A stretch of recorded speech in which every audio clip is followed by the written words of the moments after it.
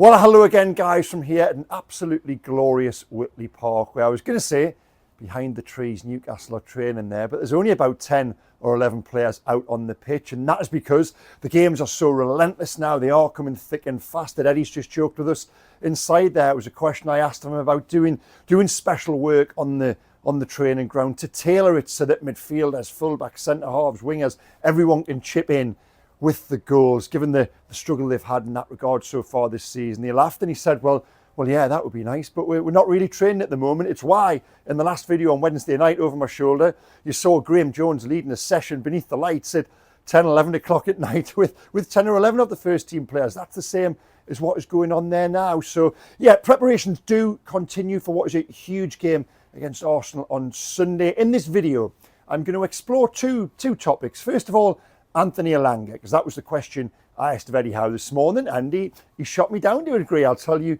exactly what he did say. And then we're going to try and pick the team for Sunday, because I think it's fascinating, and we've just been debating amongst ourselves in there. What formation does Eddie Howe play? And by extension, what personnel will he put in those positions? There are a multitude of options there, and I really do think this is an interesting one with regards to the team sheet on Sunday, because there are options now, a byproduct of that squad depth. It's only going to get better, you would hope, when, after the international break, a quick little injury update there. Jacob Ramsey is back on the grass. He should be back for Brighton on October the 18th, and that remains the plan too for Yohan Wissa. But yeah, first of all, Anthony Elanga, given now it is 7 matches into his Newcastle career, there's been no goals and no assists in that time.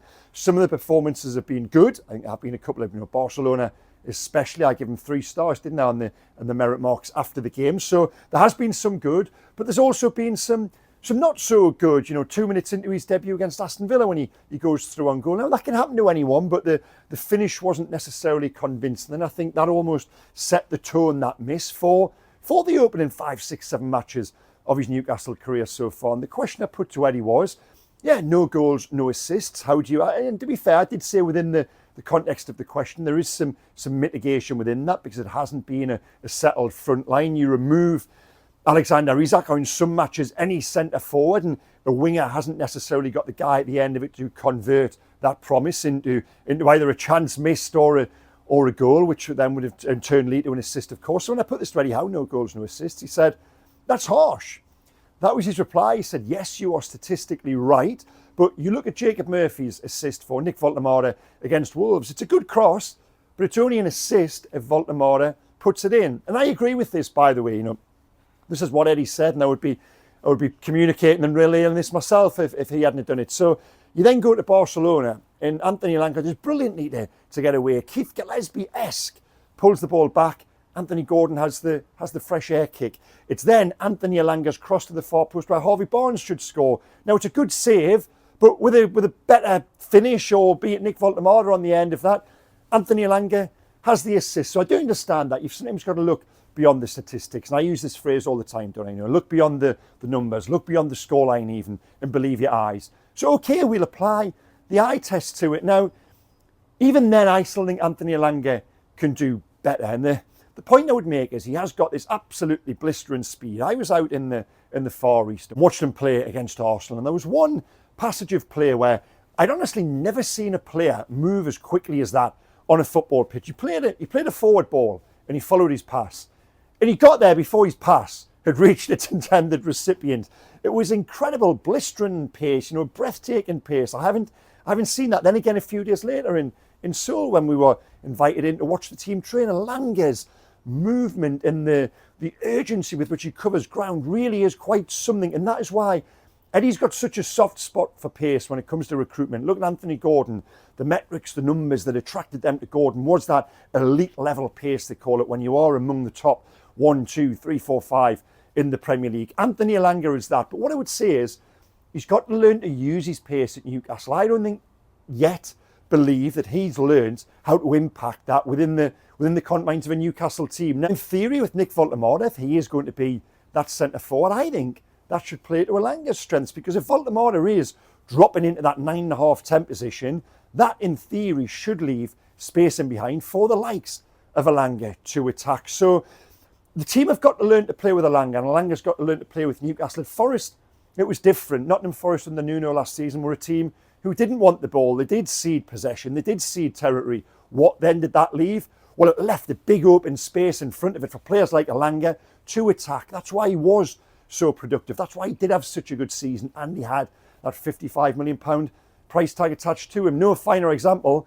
than a couple of games up here at St James's Park where we saw how devastating Elanga could be, and that's what attracted Newcastle to him, that memory of that. I don't think we've yet seen that, bar a half-hour impact against Barcelona, in the Newcastle shirt. You go back to his debut, that game down at Aston Villa. I love the fact he got in that position. I always say this to him, I like players who miss chances. I love the fact that he was the one there profiting from the through ball, and he went clear on goal. But since then, did that affect his confidence? A la John Dal Thomason in 1997, and he went through against Sheffield Wednesday and missed that early chance, because Elanga since then hasn't really put himself in those positions to miss chances or to score chances. Then in the same game, he plays that lovely through ball for Anthony Gordon, which leads to the red card that might, in another world, to talk back to Eddie's point of being an assist. So there have been moments there, but has he been the player who has come in and right wing for so many years now, given he's the first right winger signed by the club in the Saudi era, and there was always the thought that there was scope there to go and spend big money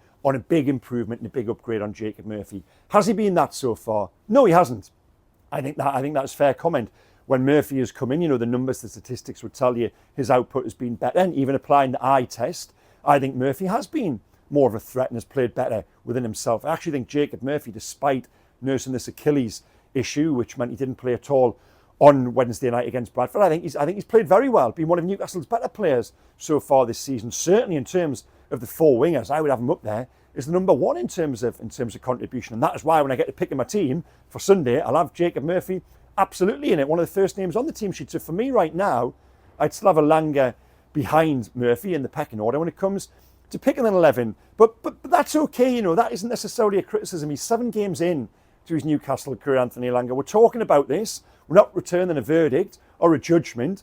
There is absolutely scope for betterment. Eddie Howe said they've got to work with him. And what you will say is when they do eventually train en masse there behind the trees, no player fails to get better working with Eddie Howe and his coaches. No player fails to get better when they're surrounded by Sandro Tonali, Bruno Guimaraes and others. The concern I had, and I flagged this at the very start of the season, before they'd even kicked the ball, was that the removal and the absence of a recognised striker in the early weeks of the season, and we're seeing now Voltemora being eased into it, well, that would be to the detriment of the wingers. And we found that.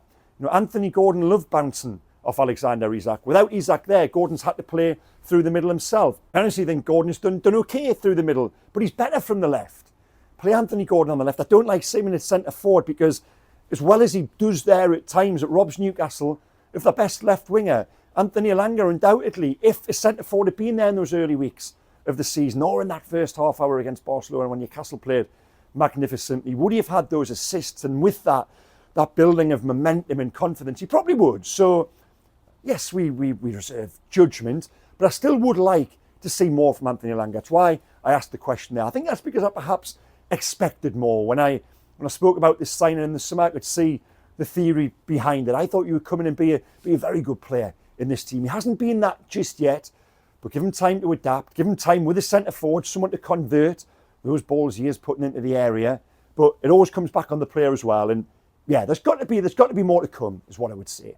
Now, the team against Arsenal on Sunday, we were debating amongst ourselves inside their post-press conference, what formation does Eddie Howe use first of all? Now, down at Arsenal in the Carabao Cup semi-final in January, then again in the return leg a few weeks later, the formation changed. He played 4-3-3 in the away leg and won 2-0. He then switched it to 5-3 at the back, whatever you want to call it, in the second leg, and again won 2-0. Now, there's a theory, and a couple of the guys put this forward, that he will go with 5 on Sunday. And I understand why they say that, but I think that is based on getting Dan Burn and Sven Botman into the same team. I honestly think, formation-wise, it comes down to this, basic decision. Basic, it's a very difficult decision, but this very difficult decision on Sunday is does he drop Sven Botman or Malik Chow, or does he make a decision to accommodate 3 centre-halves? Now, if he does accommodate those 3 centre-backs, it will be Dan Burn coming back in. I absolutely think Dan Burn will play on Sunday, so it'll be Dan Burn, Sven Botman, Malik Chow. What then does he do further forward? If it is the 5-3-2, or the 5-2-3. Now 5-3-2, and I think you will play Tonali, Joe Linton and Bruno, that midfield three. I think against Arsenal, you've got to, if they're all available, given it'll be that type of game when it demands Newcastle turn up with that aggression and that mentality and take the game to Arsenal from the off. And they do that best when Joe Linton, Tonali and Bruno are there as a three. If he was going to go 5-2-3 to accommodate his two wingers still, well, then that means taking one of those out of the team unless Joe Linton plays high wide on the left, which he won't do because Anthony Gordon's there. So if he goes 5-3-2, that's a new formation. He's never played 5-3-2 before from the start of a game. Correct me if I'm wrong, but he didn't against Arsenal in either of the games last year. So to do away with the two wingers and go with Gordon off Nick Voldemort, that would be something new. And I don't think Newcastle need to do that. I think they need to make it about them. And for me, that is why I think they've got to go 4-3-3. And Eddie Howe's got to make a big call. It's centre half. There was a little hint inside there that Kieran Trippier will come back in because they've got to manage Lewis Hall's minutes. So if Tino Livramento is on the left, Kieran Trippier on the right, Nick Pope coming back in goal. The midfield three, Bruno, Tonali, Guimaraes. No, Bruno, Tonali, Guimaraes, two Brunos. Yeah, at times it felt like that on Wednesday night, and it has, and others, and it's going to have to do on Sunday as well. Bruno, Tonali, Joe Linton. Then front three, I think the front three will be Voldemort, Anthony Gordon and Jacob Murphy will come back in, as we've already explored. So that's the front six. Then at the back, we've got the two full-backs. Then the big choice is, what does he do at centre-half? And we sort of agreed to land on this being the likely eventuality that he will play the 4-3-3, and he's got that call to make. Now, Dan Burn will play for me, so that means it's one of Malik Chow or Sven Botman. Sven Botman doesn't like it when he's not playing. Sven Botman has come in the last two. He was the best player down at Bournemouth. He was very good against Bradford again on Sunday night, on Wednesday night even. Yeah, the games are coming thick and fast. I don't know what day it is on Wednesday night. Now, Eddie Howe can say to Sven Botman, like Lewis Hall, you've played those two games. We are going to ease you back in. And there's a game a few days later at Union Shashwa where you will start. So that to me makes most sense. Dan Burn on the left of the back four in terms of the centre half is a wasp, but clearly doesn't agree. Big Sven Botman fan. And Malik Chow on the right there. But who is the better player and who is in the better form right now? If you were, Botman or Chow, you'd see it probably, and this isn't anything against Malik Chow, it's just that Sven Botman is a fantastic player who's played very well. It'll be Sven Botman, but does Sven Botman and Dan Burn as a two left footers? It's not really right aesthetically. There's something doesn't sit right about that. I know they've done it before and they've done it well. That is the call he's got to make. What will he do? I think he put, I don't know. You tell me below the line. What will he do? Come on. I've got the team there. I've got the right-sided centre-half. I think he'll go Malik Chow. Dan Burn, and take Sven Botman out. So there you go. What will that do? Will that be enough to win? I think Newcastle will beat Arsenal on Sunday. Pretty strong in that prediction as well. I think Wednesday night against Black Bradford.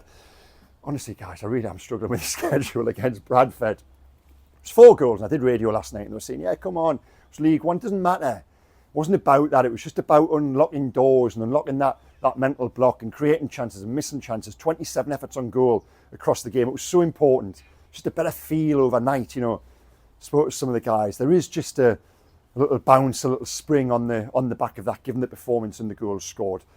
One selection choice we have glossed over, will Asula or Nick Voldemort at centre forward. We think Voldemort will come back in, but won't Asula feel much better about himself after those 2 goals as well? So I think collectively there is that feel good on the back of Wednesday. The muscle memory of the last 3 times Arsenal have come here, Newcastle have won 0. Arsenal haven't really performed when they've come to St James's. The crowd will absolutely be up to it, given this rivalry which has emerged between the two teams over the last few years. And I think it's a brilliant fixture. I do. Newcastle Arsenal is one of the ones you really do look forward to now. And I think that noise will be there from the start, given the kick-off time and everything about it on Sunday. And I expect Newcastle to go and win the game. I'll go to 0. 1-0. Why not 1-0 with big Nick Voldemort, with Anthony Elanga coming off the bench to lay it on from there? You go. That would answer a few questions, wouldn't it? So that's my prediction. What do you think, guys? I can't wait. I think it'll be fascinating. I think it'll be brilliant on Sunday. I love these matches.